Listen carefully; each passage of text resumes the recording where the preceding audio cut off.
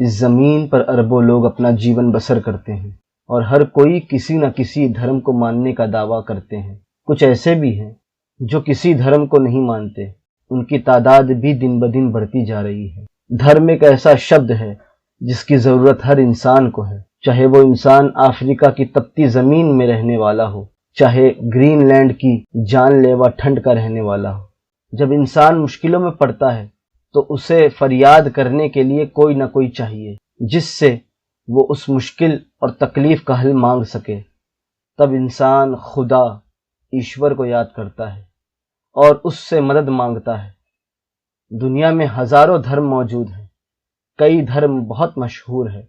آج دنیا میں سب سے زیادہ کرسچینٹی کو ماننے والے لوگ ہیں، اس کے بعد مسلمز، اس کے بعد ہندو، اس کے بعد بدھسٹ۔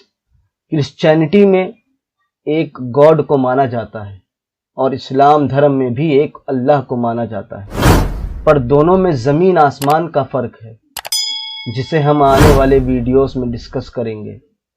ہندوازم میں کئی گاڈز مانے جاتے ہیں: شیوا، وشنو، برہما، گنیش، کرشنا، راما، درگا، ہنومان، سرسوتی، لکشمی، کالی، اندرا، کارتکیہ، پاروتی، اگنی، ورونا، شکتی، وایو، سیتا، کبیرا، رودرا، دتاریہ، رادھا، اشونس۔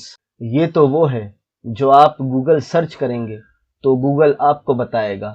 اس کے علاوہ لاکھوں اور بھگوان اور گاڈز ہندوازم میں ایگزسٹ کرتے ہیں اور یہ تعداد دن بدن بڑھتی جا رہی ہے۔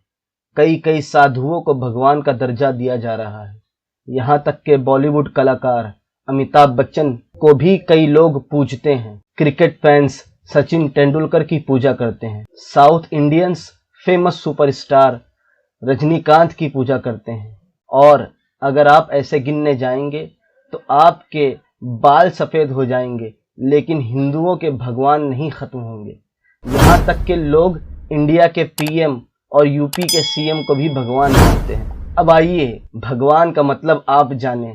ڈکشنری میں بھگوان کا معنی آپ کو یہی ملے گا: پرمیشور، ایشور، تخلیق کرنے والا، مطلب پیدا کرنے والا۔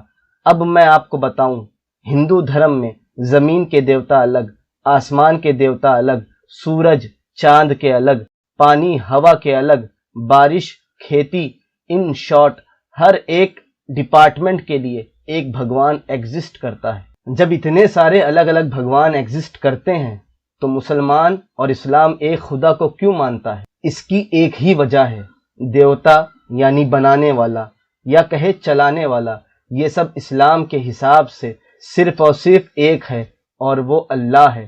اسلام کہتا ہے ہر چیز کا بنانے والا، چلانے والا اور ہر کام جو ہو رہا ہے اسے کرنے والا اللہ ہے۔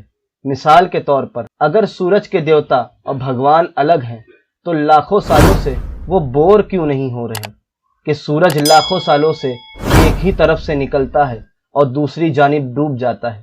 یا کسی بھگوان کی کسی بھگوان سے بحث ہو گئی ہو اور وہ کہہ دے میں اسے نہیں ہونے دوں گا، یا آگ کے دیوتا کسی سے ناراض ہو گئے اور وہ کہہ دے کہ میں زمین پر آگ لگا دوں گا، یا کوئی دیوتا اس لیے ناراض ہو جائے کہ منشیہ اس بھگوان کی پوجا زیادہ کرتے ہیں اور ان کی کم کرتے ہیں، معلوم پڑتا ہے کہ سب چیز کا بنانے والا اور چلانے والا ایک اللہ ہے، کیونکہ ہر کوئی ہر چیز کو اپنے اپنے حساب سے چلانا چاہتا ہے۔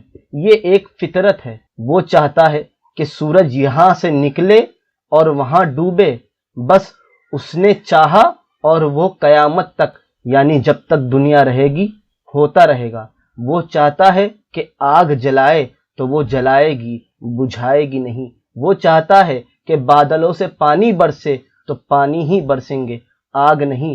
وہ چاہتا ہے کہ پانی انسانوں کی اور جیو کی پیاس بجھائے تو وہ بجھائے گی۔ وہ چاہتا ہے کہ ہوا ہمیشہ چلے تو وہ رہتی دنیا تک چلے گی۔ وہ چاہتا ہے کہ زمین اناج دے تو رہتی دنیا تک زمین اناج دیتی رہے گی۔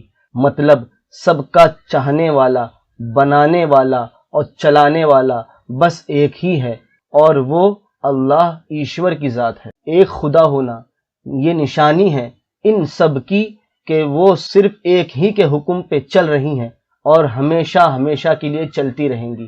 اسی لیے مسلمان ایک خدا کو مانتا ہے، کیونکہ نہ سورج کا پیدا کرنے والا اور چلانے والا کوئی اور ہے، نہ چاند کا، نہ زمین کا، نہ ہوا کا، نہ بارش کا، اور نہ کوئی خدا کے مثل ہے۔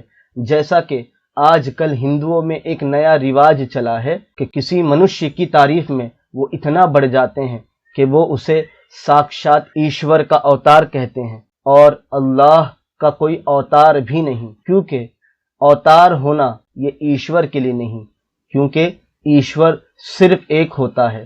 اگر اس کے اوتار بھی ہوں گے تو وہ بھی کسی نہ کسی چیز کو چلا سکتے ہیں، اور جب ایشور کے اوتار کسی چیز کو چلائیں گے تب بھی کچھ نہ کچھ خامیاں خلط ملط ہو سکتا ہے۔